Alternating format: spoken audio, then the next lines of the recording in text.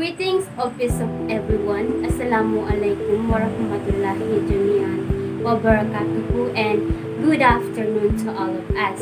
My name is Bailin Amulinki. In this video presentation, I'm going to discuss what is thematic approach to instructional plan. For the overview, in the previous lesson, we have been looking at the different elements of creating an instructional plan. You have looked into the instructional planning cycle and identified the elements of instructional planning models. These ideas have equipped you with the basic in determining the possible consideration in the development of your own instructional plans of your learners. Teaching English in the elementary levels could prove to be difficult, especially if it is taught out of context. Language always exists in a communicative context. As such, teaching language should also reflect this very nature. In this lesson, we are going to look into the thematic approach to instructional planning and how you could use it to deliver instruction to your learners. Before we proceed to the main topic, let me introduce to you the learning objectives. At the end of this lesson, the students can A. Identify the themes from the selection. B. Explain the themes taken from the selection.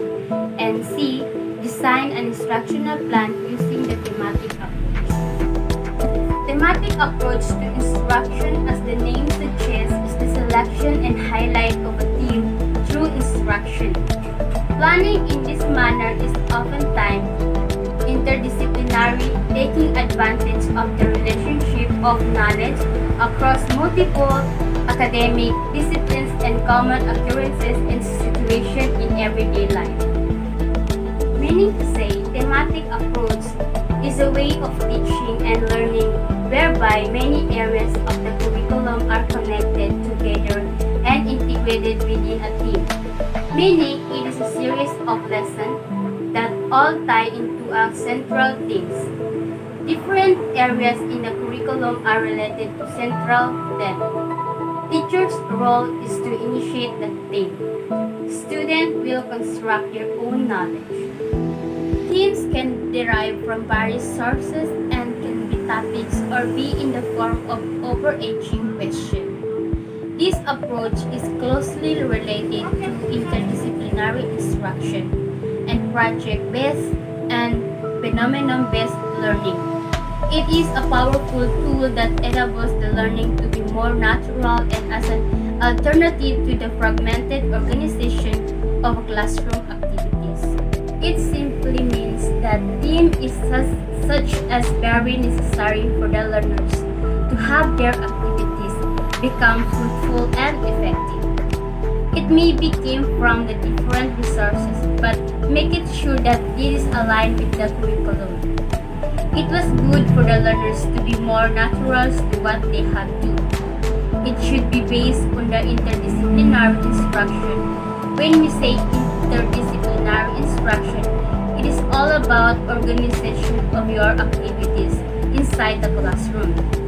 This means a lot of meaning for the learners to have organized activities for their progression. Okoro and Okoro 2016 cite the step in employing thematic approach in instructional planning. Choosing a theme. This is where the teacher or even the learners decide what would be the focus theme of the unit or lesson. This can be small concepts such as family, climate, the beach, then to larger, more integrated concepts such as community, atmosphere, and ecosystem. Meaning to say, thematic teaching starts with the identification of a theme, the underlying concept that allows for the structure and organization of specific contexts across the disciplines. For example, if your theme is about environment, specifically about the farm, you can integrate the learning areas like TLE, mathematics, and English. In TLE, you can introduce different names of animals, vegetables, and trees. In mathematics, you can teach them by counting how many varieties of animals, vegetables, and trees they have. In English, you can teach them, describe, and name different fruit they see in the park. In thematic approach, themes provide relevance for the learners by drawing together concepts under one umbrella. The second one is integrating the theme with the existing curriculum. Upon choosing the theme for the teachers need to organize the learning objectives for the curriculum around the theme. This would involve determining which concept from the learning areas would supplement for the theme. Integrating the themes meaning to say it helps the learners see meaningful connection across disciplines or learning areas or subjects. Designing instructional plan. As you have learned in the previous lesson, instructional planning involves several elements. At this stage, thematic instructional planning usually involves making adjustments in this element, especially making appropriate choices of learning strategies, activities, experiences, and learning materials related to the theme. Some questions to ponder at this stage could be: first, which areas spoken and written vocabulary can my learners work for spelling with this theme? Second, which areas of grammar could be accommodated with this theme? Third, what genre of writing could my learners write using the theme as the starting point? Fourth, in what way can the learners and I make the theme have a visual impact in the classroom? In designing instructional plans, in the previous lesson, we have learned about the elements that can help us to design our instructional materials. In this type of design, all what we are going to do is to point out those learning needs of our learners. First, before proceeding to the other part, we should have developed our instructional plans to have effective way of teaching. Like for instance, the needs of the learners, we should have to plan with that. What instruction do we have to apply on? The other one is the learning ending or the outcomes, or should we say objective. Learning evaluation, learning task assessment, and many others. This can help you to have effective instructional materials.